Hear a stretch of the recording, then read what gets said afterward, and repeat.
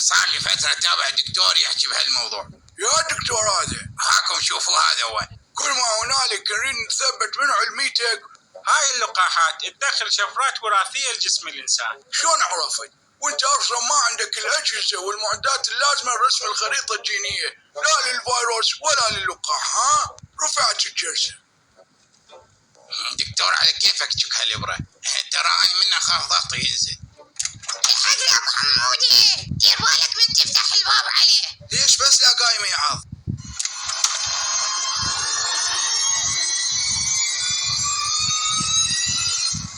اطلع برا. ها بزيدان ايش بيك؟ انا مو بزيدان. صاير تلعب جمناستيك؟ قلت لك اطلع برا وسد الباب ولا تعصبني. شو نسوي له هسه ابو حمودي؟ والله ما ادري هو ليش هيك صار بي. يمكن اللقاح يسوى بيه ما تتلبس جني لو واحد مسوي له سحر. لا ما اعتقد. والله عرفت السبب.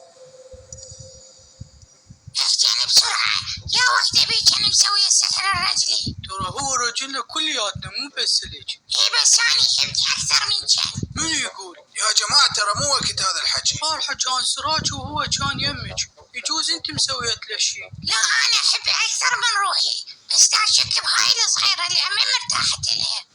يا جماعه الخير ترى والله ما يصير، الرجال ده يتلوى ويتخلص جوا وانت ملتهيات وحده تتهم له. اقول شو مسويات غدا؟ اللي تريد اطبخ لك اياه يا روحي. رجلي اكل لحم بشر. والله كله من اللقاح. ايش جلبت من اللقاح يا بنت الحلال؟ مو انا هم لقاح هيك وما صار لي هيجي. قاعد اكيد صاير بيمس شيطاني. شلون يعني؟ يعني شيطانه وجن راكبه ومتلبسه. زيدان لا تشخصيني بكيفك، اروح اجيب ابو حبشكه اللي هو يفتهم الموضوع. لا عيني لا، ابو حبشكل هو يشجع حتى يلقح هو جنب بيتنا. دا اقول لك اللقاح ما عليه. روح جيب لنا مله يقرا عليه ويرقيه، وهسه كل شيء راح يظل فيه. ومنين اجيب مله؟ اذا ما تندل اسال وراح تلقى. المن اسال ومن يعرف بالامور. عرفت. بتعرفك بنت خلنا نشوفه. شو تشوف منها يا معود؟ خلينا نروح نجيب المله بسرعه. اذا ما تشوف وضعه ما راح نمشي. بنت تفتح الباب نشوف شنو في الماء. بس بشرفك لا تحكي وياه وتستفزه زين؟ ما يخالف. عونك ابو ديدان. منو انت؟ يابا والله حالك بنت الطخر، هم متقاعد ومخلف دندن جهال وفوقها مديون وتالي عمرك انت لبت. يعني لو ما موصيك كان ايش سويت؟ هي بتراني ما قلت لك تموتين بس وطفت حالته. امشي خلينا نروح نجيب المله. امشي. اعرف واحد ولا عنده واختطاطه هيك امور. لا حتى اذا مو حلو هم ما يخالف. لا هو اتمم ولا حلو ووجهه ما له علاقه باتمم. يلا لا خلينا نمشي عليه. ما اقدر اجي وياكم، لازم تحجزون مسبقا، ما عدا هاي عند التزامات اليوم. وتنو التزاماتك بالله؟ ابن اختي لاقي له جنيه بنت عوائل، اليوم اروح اخطب لي اياها. ولا اذا شغله فلوس فعال نعطيلك، بس تعال ويانا. لا استغفر الله، مو شغلة فلوس، بس ايش قد تنطوني؟ مو اشكال، ايش قد ما تريد نجمع لك احنا جوارينا. هو رجالنا ضاغط متقاعد وحالته الماديه تعبانه شويه. يعني صنف انا وياه. شلون يعني ما افتهمت؟ انا هم كنت نائب ضابط وبعد التقاعد تخصصت بالشقندحيات، وعلى فكرة انا كل الناس اخذ منها فلوس الا النواب الضباط، دول يستاهلون ماي العين. الزمك كل قوتك لا تخليه يتحرك.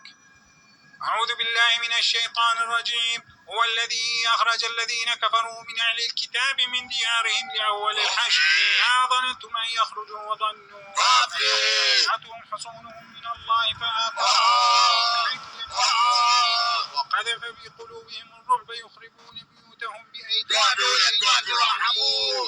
قول أشهد أن لا إله إلا ابو حمود تشوف ناطرين الندره مقدسه دكتور عالي ما تريد تشتريها. والله بس خلي اشوف.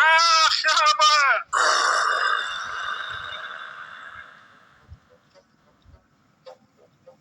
جبنا المله وما فات، انا اقول نجيب ابو حبشكه الاحسن. لا يعني هذا الزلمه مسحور، لازم نجيب مشعوذ حتى يفك سحره. بعد ماكو غير نور يلقى ويتوي له جاره. هذا اكو واحد مسوي له سحر وذاب بالعقده بمضي يخربس، ولا مسوي له سحر واحد دبه وعيونه متزاحلات. خاب قوزع بورو وفضحه، هي مال كلاوات لاقيتني قدام الباب وحفظت شكلي وجيت تبيعها على ذول المقارين. هسه مو مهم، احكينا شلون نعالج ابو زيدان؟ هذا لازم تجيبون 100 سي من زواع انثى الضبع، وقشور من فط الرجل الفيل، وديرة من وحده متزوجه من عمها غصب، وبطاريه مال موبايل موتوريلا هو الباب، لاني اسويهن تركيبه واعبيهن بتحميله واحطها لابو زيدان ويا اخر الله اكبر من صلاه العيد. نور اللقو، اخاف على هاي التركيبه مالتك ابو زيدان يتحول القراط تتمع عملاق. والله احنا وين هسه راح نلقى هاي المكونات؟ شغله مستحيله ترى هاي. اذا ما تريدون تدوخون وتدورون على المكونات، عندي هاي التحاميل جاهزه وحتى ما تحتاج وقت محدد، بس شويه سعرها غالي. بيش يعني؟ التحميله الوحده ب1,000,000 دينار. شوف ولك نقو، عادي نعطيك 1,000,000 على التحميله، بس اذا ما طاب ابو زيدان حتى باقي التحميلات كلها نحطك اياها. خوش؟ ما يخالف. ولا على ابوكم لا بل يعالجكم بعد اخ يابا. حيرة والله، لا الملفات ولا المشعوذ، إما أن نطوج هنا. اروح اجيبها بحبشكه قبل لا هذول المشعوذين يموتون الرجال. وش وقت ايش صار بي؟ من بعد ما أخذ اللقاح ورجع للبيت. يعني رجع للبيت وراشن هيك صار؟ لا من رجع قال أحس ضغطي نازل وراسي يفتر وتخربط ووقع وراسه طخ بحافة الباب. ناس سالفة. شلون يعني بحبشكه؟ هاي اعراض صرع الفص الصدغي. يا صرع، هذا بس اللي يتلبس الجن يجي يصير بيه. عين هاي امراض عصبية ومرات نفسية ولها اسماء والعلم فسرها. شلون يعني؟ وهاي التقلصات ونبرة الصوت عبالك صوت جني؟ شو منو سامع صوت الجن وما ادري ايش؟ انت سامع؟ لا عاد شنو هاي؟ هذا الوقعة سوت عنده اختلال بكهرباء الدماغ وبالتحديد بالفص الصدغي، واللي بالتالي ولد عنده تشنجات بعضلات جسمه وبالحبال الصوتية مالته. اوكي انا وياك، بس ليش من الملا قام يقرا على راسه هو تخربط بالزايد؟ حبيبي شيء اكيد هيك يصير، لان هو اساسا من تلزم النوبة تصير عنده حساسية عالية للاصوات، والملا اكيد صوته عالي ويردد الكلام بسرعة، وهالشي يخلي حتى الصاحي هم يتنرفز، مو النوب اللي عنده نوبة صرع. يعني شو اسوي هسه بعد لازم يشوفه طبيب اعصاب وينطي علاج وكل شيء ما راح يظل بيه، واحتمال كبير انها ما تتكرر عنده هاي النوبة لان صارت عنده نتيجة الوقعة مو غير شيء. الله يبشرك بالخير يا ابو حبشكه. والله اني من الاول قلت لهم نجيبه بحبشكه بس مخدود ما رضت، وما شاء الله هسه ابو زيدان اخذ العلاج وارتاح وكل شيء ما ظل بيه. اقول لكم عيني، سمعت هنا بالمنطقة عندكم واحد متخربط من بعد ما اخذ اللقاح. ايه وش تريد منه؟ قلت بس اصوره وانشره للناس حتى بعد لا حد يتورط وياخذ اللقاح. اقول لك تمتي منا لا اطقك بدبل رماتي بنص وجهك، اخليك طول عمرك تمتي وتعفط.